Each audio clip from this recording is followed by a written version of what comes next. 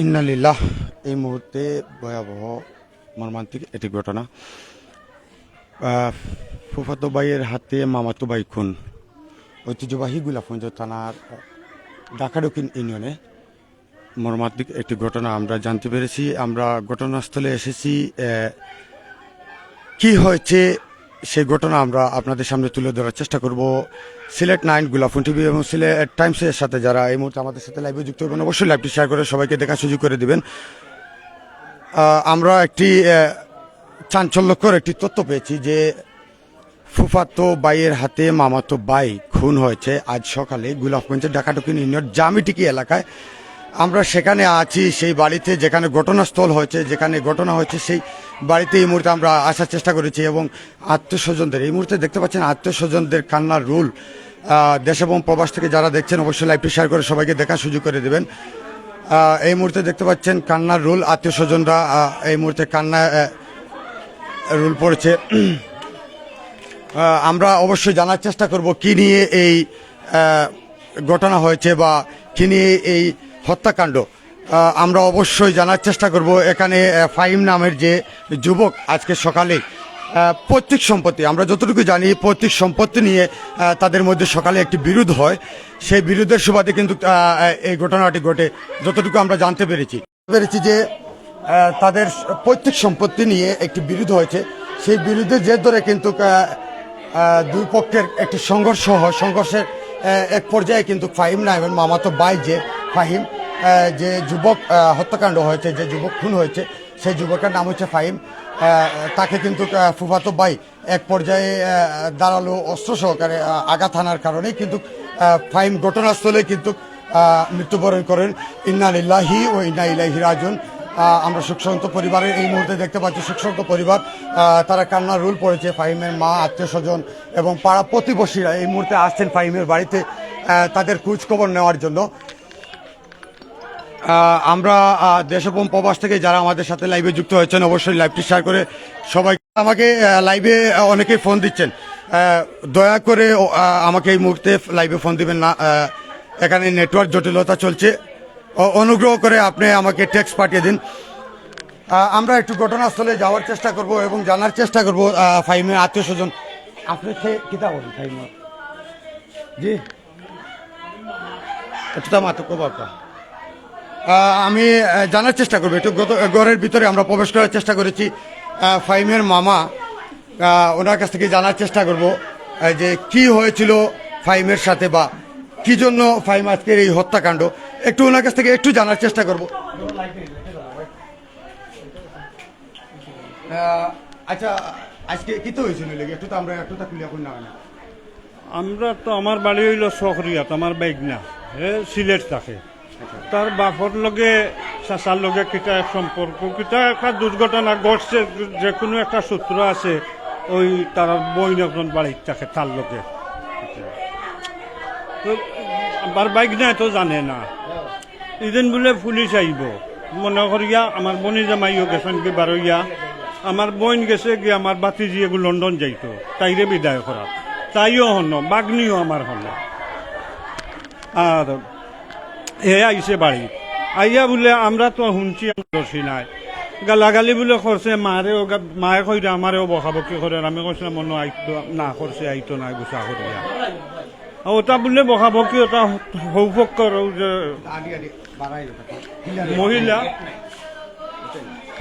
মহিলায় কইছে যে আমারে গালাগালি খরচখানে এই খরচখানে সেই খরচখানে তাই ফুয়া বলে লগিয়া আইছে 30 সেখানে ইয়া মোটামুটি ফাড় মারি দিছে। সরাসরি ওগরের আমার ওগরের বাইকনাই দেখছে যে ফুয়াই লইয়া আর আত করি ওই সময় সরাসরি দেখছে। ওই সময় হত্যাকাণ্ড ঘটাইছে আর কি, তার নামটা কিতা হইল? তার নাম আমার জানা নাই তো। কিতা এ সম্পর্কে কিতা হয় যে ফুফুরগরের ভাই, ফুফাতো ভাই, ফুফাতো ভাই ও বাড়িত ও বসস্থান এখানে বসবাস করে। তো তারা তার বাড়িতে না তার বাপরে মারে তারা খেদাই দিছই, আমরা আশ্রয় দিছই নেরা। আমরা একটু স্থানীয় মানুষের জিজ্ঞেসলাম যে তারা পৈতৃক সম্পত্তি বা সম্পত্তি লইয়া কিতা জায়গার একটা বিরোধ লইয়া হইল গিয়া এই হত্যাকাণ্ডটা হয়েছে জাগা- আপনি এটা এখন জাগ- পর্যন্ত জানছেন না? জাগাত তো ঠিক আছে, জাগা তো তাইর বাপর শুনিব, ও জাগা সম্বন্ধে লিয়াও, কিন্তু ই যে ফুলাটা যে মারা গেল, এ তো ইয়েতে আসিল না, বাড়িতেই আসিল না, এ সিলেট চাকরি করে। ধন্যবাদ। আমরা আরো জানার চেষ্টা করব দেশ এবং প্রবাস থেকে এই মুহূর্তে সিলেট নাইট, সিলেট টাইমস এবং গুলাফগঞ্জ টিভির লাইভে যারা আমাদের সাথে লাইভে যুক্ত আছেন অবশ্যই লাইভটি শেয়ার করে সবাইকে দেখার সুযোগ করে দেবেন। আমরা আরো জানার চেষ্টা করব ফাহিমের হত্যাকাণ্ড আসলে কি নিয়ে হয়েছিল, সেটি তার আত্মীয় স্বজনরা আছে এই মুহূর্তে, আমরা তাদের কাছ থেকে অবশ্যই জানার চেষ্টা করব এবং সঠিক যে তথ্যটুকু আমরা তুলে ধরার চেষ্টা করব। সবাই একটু লাইভটি শেয়ার করে সবাইকে দেখার সুযোগ করে দেবেন। অনেকে আছেন যারা দেখেছেন, প্রত্যক্ষদর্শী যারা আছেন তাদের কাছ থেকে আমরা একটু জানার চেষ্টা করব। কেউ নাইনি সারা দেশ একটুটা আমি জানি না। এটা জানো না একটু দিদির আগে তো বিচার একটা হয়েছে মনে করি বিচারও যে সালিসের আসলা সালিসেরা মনে করে আমরা আমরা একটু জানার চেষ্টা করব যে কিভাবে এই হত্যাকাণ্ড বা কি নিয়ে হয়েছিল। গত দুদিন আগে কিন্তু সেই বিষয় নিয়ে কিন্তু একটি সালিশ বসেছিল, সেই সালিশে একটি সিদ্ধান্ত হয়েছিল। এ নিয়ে কি বলতে চাচ্ছেন প্রত্যক্ষদর্শী একজন? না ওই দিন আমি প্রত্যক্ষদর্শী ছিলাম না, আমার বাদ না পড়ে যে জিয়ে যেটা ওই ফাইম যেটা যে মারা গেছে বা তার সাথে করে বাইরে দাইম যে বা তার সাথে যে ওগর যে আব্দুল হাসান মনে হয় জিজ্ঞাসা সিএনজি চালান মামলাটা হয়েছে মনে হয় অনেক আগে হয়েছে মামলা তারা থেকে মনে হয় তারা সালিশ হয়ে আনছিল গছিয়া সমাধান করে দিবার লাগে। তে রমজান মনে করা গেছে জিও হরি বাক্কার সময়টা ঈদ পর্যন্ত কি সময়টা পাস করা হয়েছে। গত মনে করি 3-4 দিন আগে জরিফটা হয়েছে কালিয়া, যে জরিফের সময় উপপক্ষেরও আমিন আছিল। এখন জরিফ থেকে যেটা সিদ্ধান্ত নেওয়া হয়েছে তার যে আমিন আনছিল ও আমিনের কিছু প্রশ্নের কেন্দ্র করিয়া এখন মনে করি কিছু জায়গা মনে বাড়ি যায় আগে অর্থাৎ তারা দেওয়া লাগে রিটার্ন ওটালিয়া হতাহাটাহাটি করে এখন বিচারি হল একটা পক্ষ হয়ে গেছেন। বিচারিটা সমাধান হয়েছে না, বিচারি হল গেছে নাকি তখন তার চাচা যে অগ্র যে সিএনজি চালান ছোটো যেন ও এর উপরে ব্লেম দিচ্ছেন যে এন কিতা আব্দুল হানান ভাই তার উপরে মনে হয় ব্লেম দিচ্ছেন যে তাই এর উপরে গালাগালি করছেন। এখন তাই এটা হাতে গেলে তারা মারবা দুর্বল এখন তাই মনে করেন যে সিএনজির চেয়ারম্যান যে বাজার এরা জানাইছেন বা স্ট্যান্ডার্ড জানাইছেন তা বিচার যে তারা যে ফুয়া যে মারা গেছে তারা যে বনি জামাই এবার যে তো সিএনজি চালা তারা তো স্ট্যান্ডার্ড একটা মিল আছে। তখন যে রাজু মেম্বার খেয়ে এনে মনে হয় চালিশ জি পাইমিও না হেত মনে হয় সিলেট হে সারি করে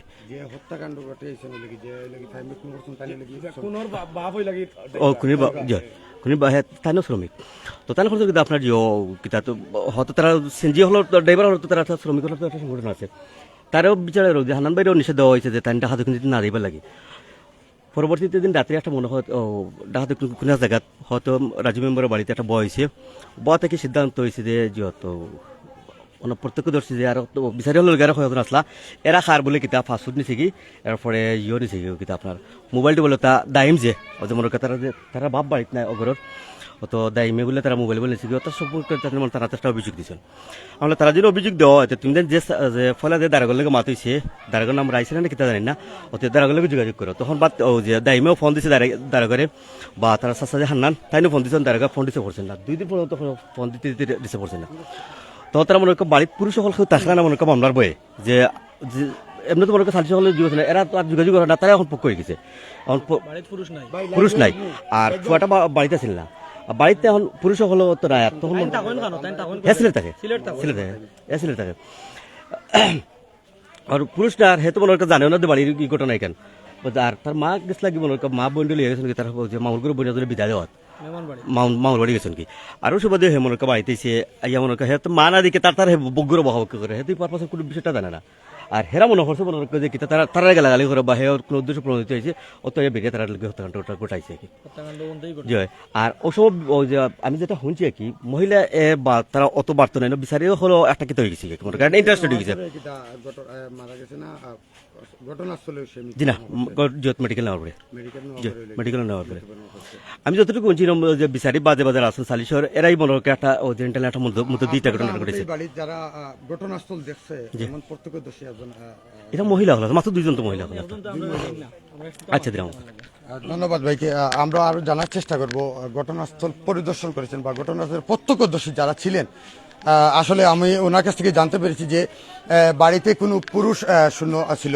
যে বাড়ি আপনারা দেখতে পাচ্ছেন ফাইমের বাড়ি, যে আজকে এই সকালে কিন্তু ঐতিহ্যবাহী গোলাপগঞ্জ থানা ঢাকা দক্ষিণ ইউনিয়নের জামিটিকি এলাকায় যে হত্যাকাণ্ড হয়েছে, সেই ফাইমের গড় আপনারা দেখতে পাচ্ছেন, সেখানে পুরুষ শূন্য অবস্থায় ছিল। এর জন্য একজন আমাদেরকে এই তথ্যটি দিয়েছেন।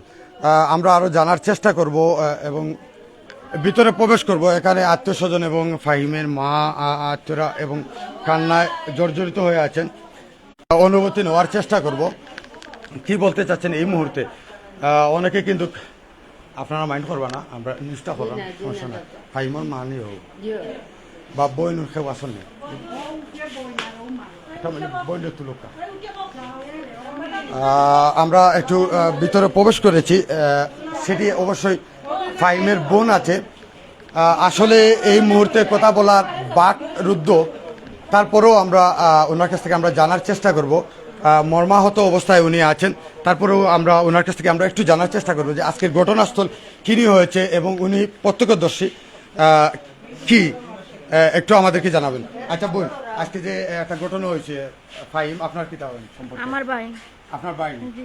আপনি কি তা গরু আসলেন যখন ঘটনাটা হয়েছে? জি না, আমি 12টার সময় আমি আর আমার আম্মা আমার নানা বাড়ি গেছি, কি নানু বাড়ি।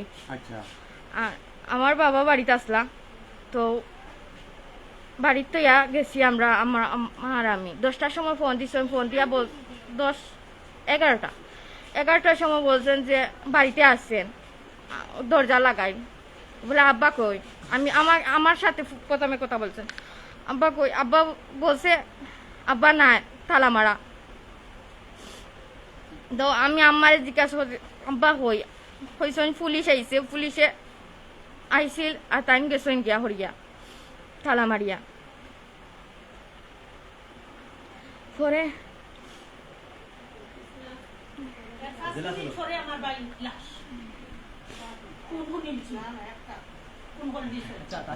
পরে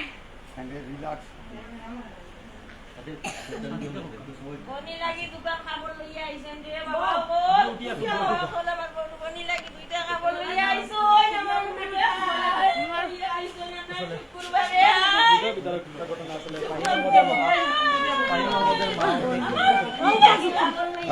আমরা দেখতে পাচ্ছি এই মুহূর্তে ফাহিমের মা ঘটনাস্থল। জাল করি তার বাপরে ওরাইয়া দিলাইছইন, যে পুলিশ আনাইয়া ওরাইয়া দিলাইছইন রে। আর বাদে আমার বুয়া আইছে তারা মারি জইন। আমি হতে শুনছি আর কোনটা শুনছি না, আমি জানি না, আমি আর জানি একদিন বাদে শুনছি যে আমার বুয়ারে লইয়া তারা হসপিটাল যাইয়া। সমস্যা আমার কোনটা নাই, তারা রোগর লোকে লাগ কিতা তারা জায়গা লইয়া, আমার কোনো সমস্যা নাই রে বাবা, আমার কোনো সমস্যা নাই রে বাবা, আমার কোনটা নাই। আমার দুইও বুয়া বাড়ি তো দেখেন না, আমার দুইও বুয়া দোকান নাই গুছিলের দেখাও যে আর সইন তারা সপ্তাহ শুক্রবারে আয় অন্য থাকে আর ওই গুছি ট্রেন থাকে রে বাবা। আমরা মা বুড়ি যা বাড়ি তার কেউ বাড়িতে নাই, আমার দুইও বুয়া। আমার আমার আমার দাদা তুমি দিন পারবাই নি করতে, আমার কোন আর বদলা কোন হইছি তো আমি আমি বিচার চাই আর রে বাবা, তোমার দাইন পারবাই নি করতে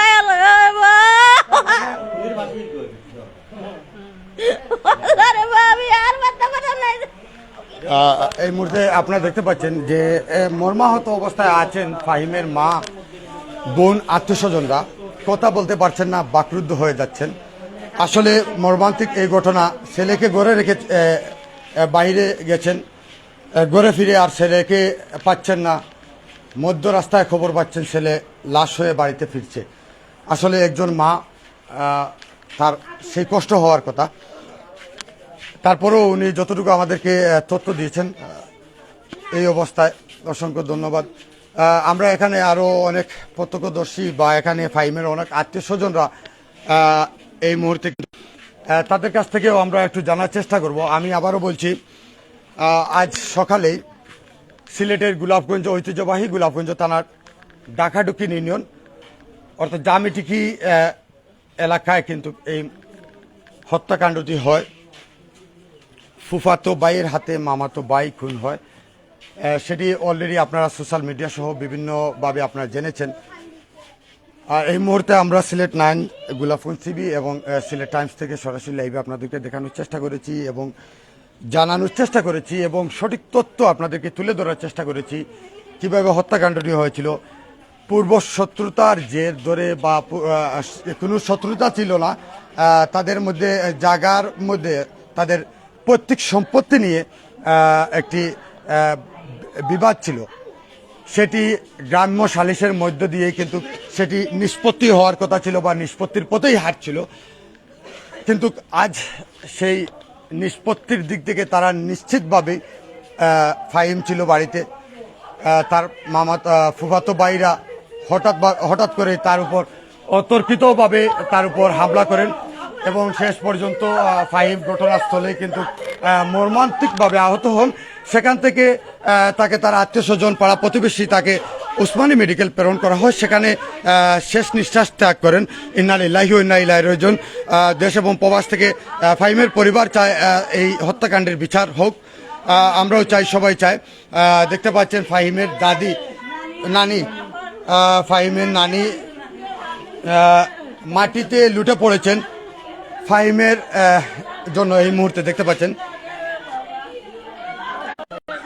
আপনি কিছু কইতা চাইরানি একটু বউ পাব। তোমার নাতি কিনা মারছে তুমি দেখছি না আমার বিচার চাই। আমি কইতাম পারি না, আমার ভাই খাই যাই খাইছে বাড়িত আর বেরিয়া মারছুন একলা ভাইয়া মারছুন। মা আমার বাড়ি খাই গেছিল কি আর একলা ভাইয়া মারছুন দে বাবা অকল দে, ও বাবা অকল দে আমার নাতি মারি। আমি ধন্যবাদ। আমি ফাহিমের আমি আরো কথা বলার চেষ্টা করব। ফাহিমের মামির সাথে একটু কথা বলার চেষ্টা করব। উনি কি বলতে চাচ্ছেন, ঘটনাস্থলে কি উনি ছিলেন, সেটি আমাদেরকে কি একটু বাইরে আসতে। আসসালামু আলাইকুম।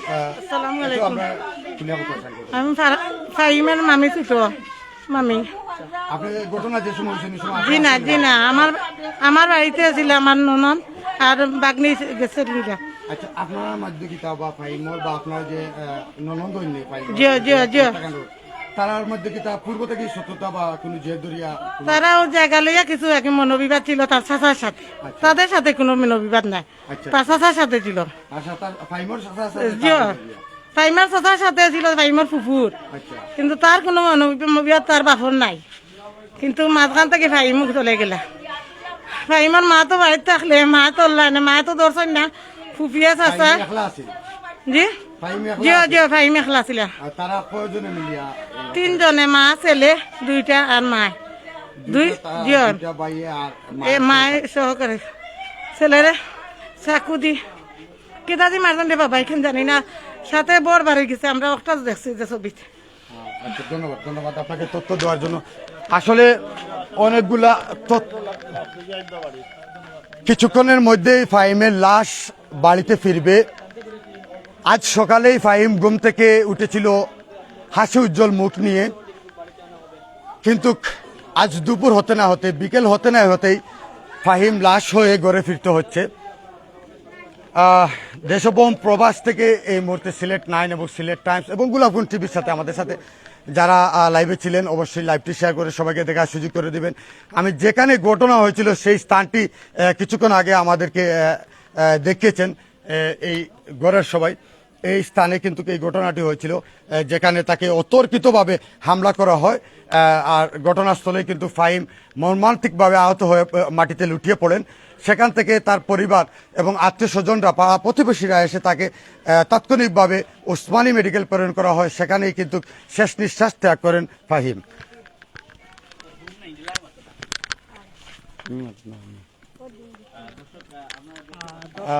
অসংখ্য অসংখ্য ধন্যবাদ যারা ছিলেন ওই যে বিজনেস তারা আসলেন। বাড়িতে আসতে তাই নাকি? আমি আরেকজন প্রত্যক্ষদর্শী পেয়ে গেছি, ওনার কাছ থেকে একটু জানার চেষ্টা করব যে কি হয়েছিল সেই ঘটনাটি। একটু আমাদের সাথে খুলে বলবেন আপনি। ও তো আপনি ফাইভের কি হন? ফাইমের শাসা তো বাড়বো শাশুড়ি বাইরে। তো তাই বাড়িতে আইসো নেওয়ার পরে তার মার বোন বাড়িতে আসলা না, ইয়া দেখছেন বাড়িতে না, দরজা লাগাল তাই ফোন দিছেন কইছেন না তাই তারা নানা বাড়ি। তো পরে আমি আমার গড়া আসলাম, পরে তাই না পাইয়া তাই রুমা হামাইতা করি আইসেন আমরা গড়া আওয়ার পথে সাবি নেওয়ার। ওই সময় তারা মাহিদ আর কুলচুমা বেগমে তারা জুয়ো করছেন, ও দড়ি আর কি রাখছেন, আর সাইদ আহমদে চাকুদি ফার মারছে। ফার মারার পরে শিখ দিছেন, আমি দৌড়িয়া গেছি, যাওয়ার পরে গিয়া দেখছি তান ফার মারার লোকে বোর বার হইছে, তাই লাদ দিয়া উবাই দিছেন। বাদে আমি শিখ দিয়া উঠিছি, ও ছুটাম্মা কইয়া বাদে আমার চাচি ওরি আইছেন। আওয়ার পরে আমরা উন্না 2-3 খান্দি বান্ধিয়া নিয়ে তান্ডে গাড়িতে তুলিয়া দিছি। সাইদ ফাইমের কি হয়? ফাইমর ফুফুর করো ভাই। ধন্যবাদ আপনাকে। শেষ পর্যন্ত আমরা যে ঘটনাস্থলে প্রত্যক্ষদর্শী ছিলেন ফাইমের চাচাতো ভাই বউ অর্থাৎ বাবি, ওনার কাছ থেকে প্রত্যক্ষদর্শী, সঠিক প্রত্যক্ষদর্শী, ওনার কাছ থেকে আমরা সঠিক তথ্যটুকু আমরা পেয়েছি যে সাইদ নামের যে ছেলে, সাইদ নামের একজন তাকে কিন্তু এই হত্যাকাণ্ডটি করে।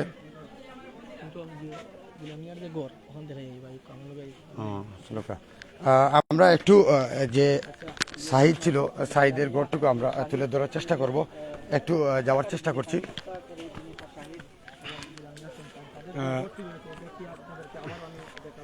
এই সেই হত্যাকারী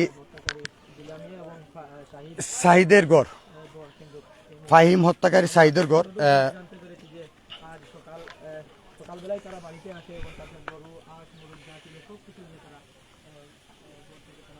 হত্যার পর সেখান থেকে পালিয়ে যায় সাহিদের মা এবং তাদের গৃহপালিত পশু সহকারে সবকিছু নিয়ে এই মুহূর্তে পালিয়ে গেছে আমরা যতটুকু জানতে পেরেছি। এবং ঘটনাস্থলে এবং সাহিদ ফাহিমের হত্যাকারী যারা, তাদের ঘরে এসেছি, তাদের দেখতে পাচ্ছেন গৃহপালিত পশু ছিল, গরু ছাগল যা ছিল সেগুলি নিয়ে সেখান থেকে তারা পালিয়ে গেছে। ইতিমধ্যে দেখতে পাচ্ছেন সেই ঘরটি সাইদের।